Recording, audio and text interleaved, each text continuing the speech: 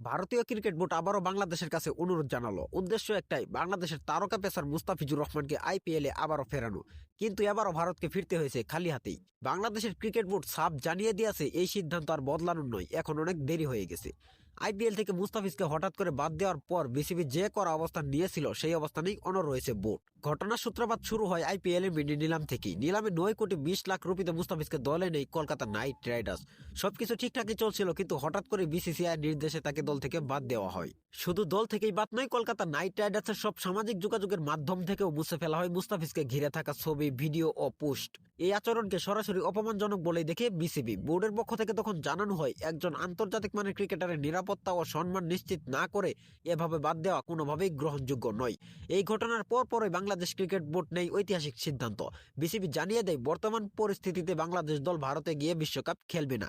এতেই বড় চাপে পড়ে যায় ভারতীয় ক্রিকেট কর্তৃপক্ষ। পরিস্থিতি সামাল দিতে শেষ পর্যন্ত বিসিবির সঙ্গে যোগাযোগ করে বিসিসিআই। জানা যায়, বিসিসিআই এর এক শীর্ষ কর্মকর্তা বিসিবির সভাপতির সঙ্গে ফোন আলাপে একটি সমঝোতার প্রস্তাব দেন। প্রস্তাবে বলা হয়, মুস্তাফিজকে আবারও আইপিএলে খেলতে দেওয়া হলে ভারতে অনুষ্ঠিতব্য বিশ্বকাপে বাংলাদেশের অংশগ্রহণের বিষয়টি নতুন করে বিবেচনা করা যেতে পারে। কিন্তু বিসিবির জবাব ছিল এক কথাই, না।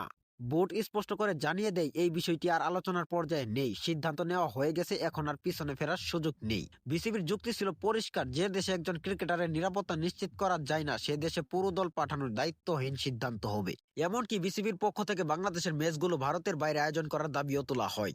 এই অবস্থায় দেশের এক শীর্ষ জাতীয় দৈনিককে বিসিবির এক পরিচালক বলেন, ইনিংস ঘোষণার পর আবার সেই ইনিংসে ব্যাটিংয়ে নামার মতো বিষয় এটা। ক্রিকেটে যেমন অসম্ভব, নীতিগতভাবেও তেমনি অসম্ভব। সব মিলিয়ে স্পষ্ট হয়ে যায়, ভারত যতই অনুরোধ করুক না কেন বিসিবি কোনো আপোষের পথে হাঁটেনি। মুস্তাফিজ ইস্যুতে বাংলাদেশ ক্রিকেট বোর্ড দেখিয়ে দিয়েছে ধীরতা ও আত্মসম্মান। ভারতের প্রস্তাব প্রত্যাখ্যান করে বিসিবি প্রমাণ করেছে, বাংলাদেশ আর আগের মতো নতজানু নয়। নিজেদের ক্রিকেটার, নিজেদের সম্মান এবং নিজেদের সিদ্ধান্তের প্রশ্নে বাংলাদেশ এখন আগের চেয়ে অনেক বেশি দৃঢ়। শেষ পর্যন্ত বলা যায়, ভারত মাথা নিচু করলেও বিসিবি মাথা উঁচু রেখে নিজেদের অবস্থানে অনড় রয়েছে।